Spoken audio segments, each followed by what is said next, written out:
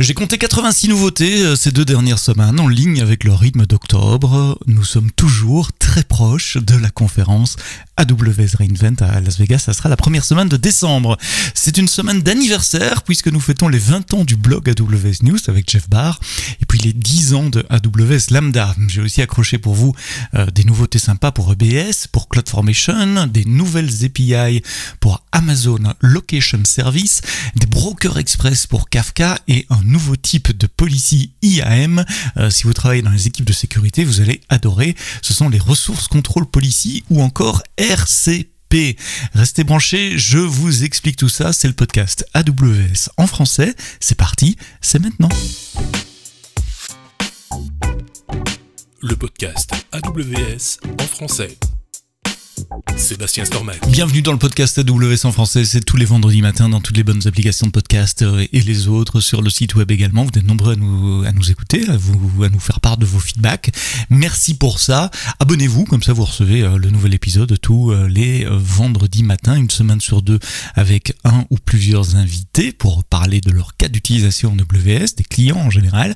Et puis une semaine sur 2, j'essaie de faire ma petite revue de presse des nouveautés AWS des 2 dernières semaines. Et cette semaine, on va chanter joyeux anniversaire tous ensemble parce qu'il y a 2 anniversaires. Le premier, c'est l'anniversaire du blog AWS, le blog AWS News, aussi appelé le blog de Jeff Barr parce que c'est lui, notre VP Dev Evangelist, qui l'a créé. C'était le 9 novembre 2004. Juste un petit mot avec 2 paragraphes. Bonjour, bienvenue sur ce blog. On le maintient. C'est le Amazon Web Service Developer Relation Team. On espère que les informations partagées ici seront intéressantes. Et voilà, rien de plus. Depuis, il y a 4000 billets de blog qui ont été postés. Et j'ai compté, on est une petite dizaine, je dis on parce que j'ai la chance d'en faire partie, une petite dizaine d'auteurs autour de Jeff Barr à écrire des nouveautés. Et d'ailleurs, pour le moment, on est tête dans le guidon à préparer tous les blog posts qui seront publiés pendant la conférence re:Invent.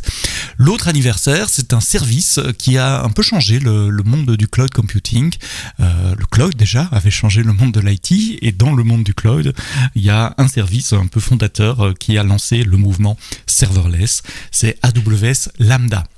AWS Lambda a 10 ans, il a été lancé en novembre 2014 exactement, et pour la première fois, nous développeurs, nous pouvions déployer du code sans avoir à nous soucier de l'infrastructure qui est en dessous, ni à la faire scaler, ni à ce qu'elle soit hautement disponible. Je disais juste, je veux un environnement d'exécution Python ou Node. À l'époque, il n'y avait que Node au moment où on l'a lancé d'ailleurs, et je déploie mon code et puis c'est tout. C'est Werner Vogels, le CTO d'Amazon, qui a publié un billet de post sur son blog à lui, All Things Distributed, qui rappelle les 10 ans de Lambda et les key milestones, les étapes clés qu'il y a eu depuis. Et il a fait une chose extrêmement rare également, il a publié le PRFAQ, le document de vision, la feuille de route originale de l'équipe service d'il y a 10 ans. Chez Amazon, avant de commencer à travailler sur un service, on écrit un document qu'on appelle un press release et un FAQ, Frequently Asked Question.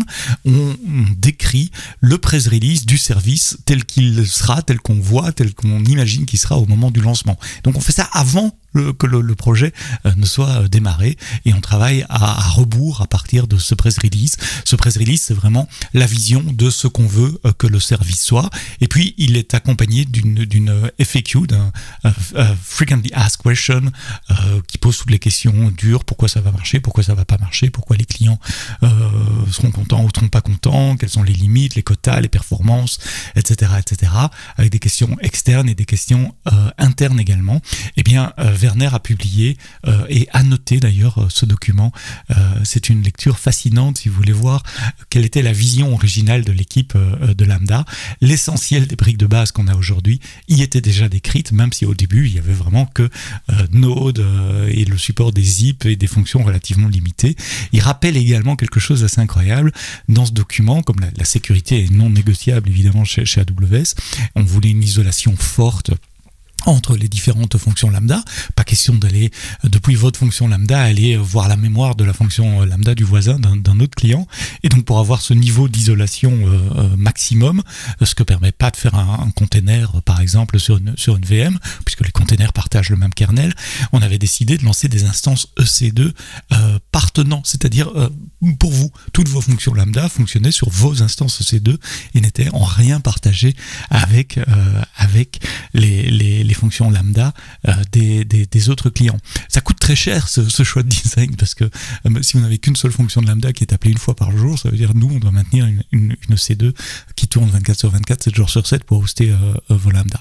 C'était avant évidemment les micro VM et Firecracker qui maintenant permettent de paquer, de concentrer des milliers de fonctions lambda de clients différents sur la même machine, sur le même bar métal, avec une isolation maximum fournie par les micro VM et par les Firecracker. Voilà, je parle beaucoup, mais ça vaut la peine. Bon anniversaire lambda et bon anniversaire le Newsblock. CloudFormation lance une petite nouveauté sympa dans la console. Vous savez, dans la console, vous avez un onglet événements. Vous pouvez voir tous les événements qui se sont produits pendant le déploiement de vos stacks CloudFormation. CloudFormation, si vous ne connaissez pas, c'est l'outil qui permet de provisionner de l'infrastructure. Vous décrivez votre infrastructure en JSON et YAML et il va l'exécuter en quelque sorte. Il va créer toutes les ressources dans le bon ordre. Et bien, dans la console, maintenant, il y a un autre onglet qui permet de voir une timeline view. Donc, on voit une répartition du temps de l'ensemble des ressources qui sont construites avec des codes de couleurs. C'est construit, ça a été fait, c'est en cours, etc.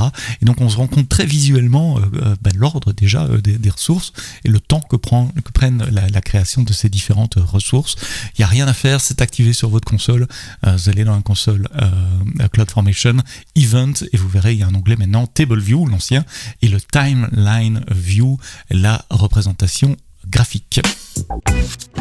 Amazon EBS, les disques, les volumes attachés à vos instances EC2, introduit de nouvelles statistiques si vous devez débugger ou simplement proactivement intervenir sur des volumes EBS pour adresser des bottlenecks de performance.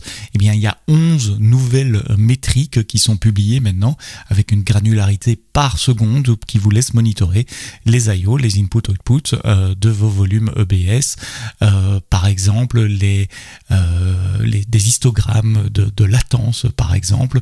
Donc vous avez vraiment une granularité plus importante sur ces métriques pour vous aider donc à diagnostiquer des problèmes de performance que vous pourriez avoir au niveau de vos applications. Amazon Location Service, c'est ce service qui vous permet d'introduire dans vos applications des fonctions liées à la cartographie, aux routes, aux coordonnées GPS, etc. sans utiliser des cartes d'un fournisseur externe. Vous pouvez avoir l'assurance que vos données de géolocation restent dans la sécurité de votre compte AWS. Il lance 17 nouvelles API, nouvelles ou améliorées, pour rendre le service plus facile à utiliser. Une de celles qui existe depuis quelque temps, j'en avais jamais parlé dans le podcast, c'est la possibilité d'utiliser des API keys pour authentifier les appels des applications clientes vers Amazon Location Service. Donc il n'est plus besoin de passer par Cognito ou avoir des access keys, secret keys. Donc ça simplifie énormément le développement des applications web et mobile. Et puis il y a toute une série de nouvelles API dans 3 catégories.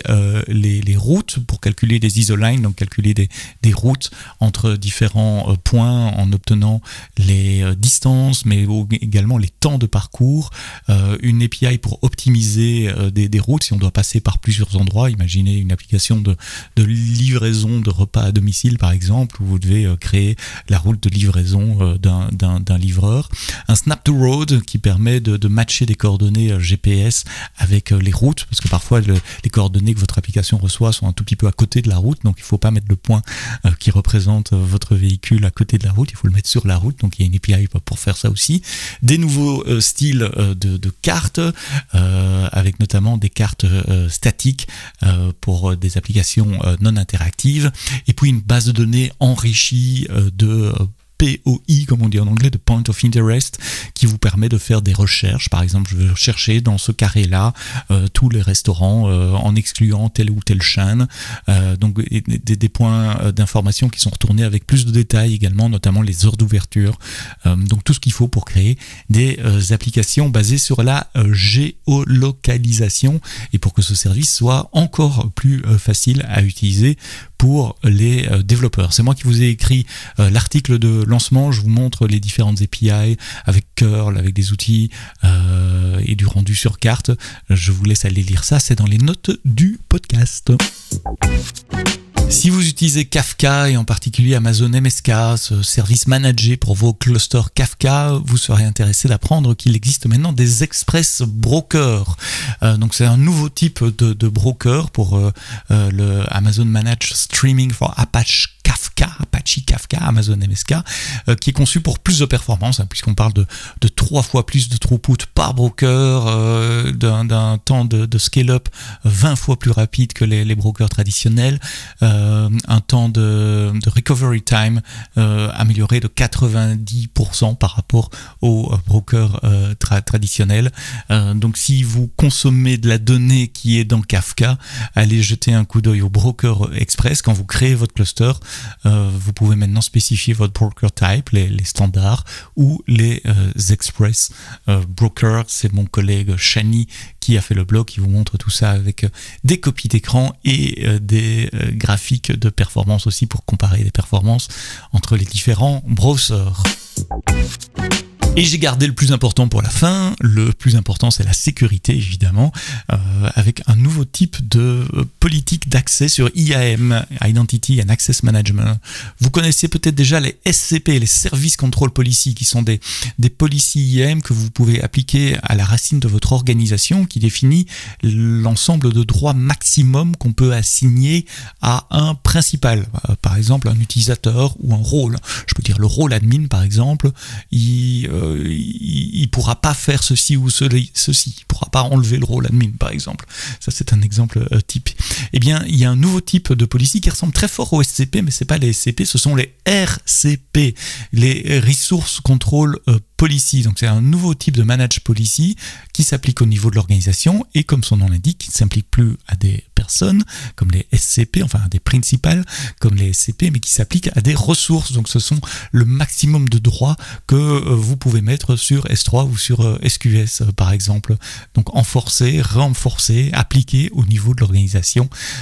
Pour le moment on supporte 6 services je crois. C'est S3, c'est le 6 je crois, la liste que je vous donne est correcte. C'est S3, STS, KMS, SQS et Secret Manager, donc 5 services, S3, STS, KMS, SQS et Secret Manager, et vous pouvez commencer à créer des RCP aujourd'hui dans votre application, dans votre console, ou évidemment avec la ligne de commande et les différents outils d'infrastructure as code. C'est mon collègue Mathéus Guimaraes qui a écrit le blog post et qui vous montre tout ça.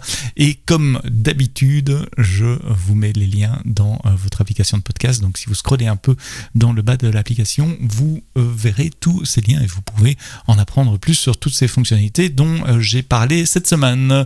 Merci d'avoir écouté le podcast AWS en français jusqu'au bout. La semaine prochaine, c'est pas un, mais c'est 2 épisodes que vous recevrez. Le mercredi, Women in Tech, et le vendredi, on sera le 22 novembre, on parlera de Lake Chain, pas LangChain, ne confondez pas, Lake Chain, ouais, ça parlera data, ça parlera machine learning, ça sera vendredi prochain, mais d'ici là, quoi que vous codiez, codez-le bien.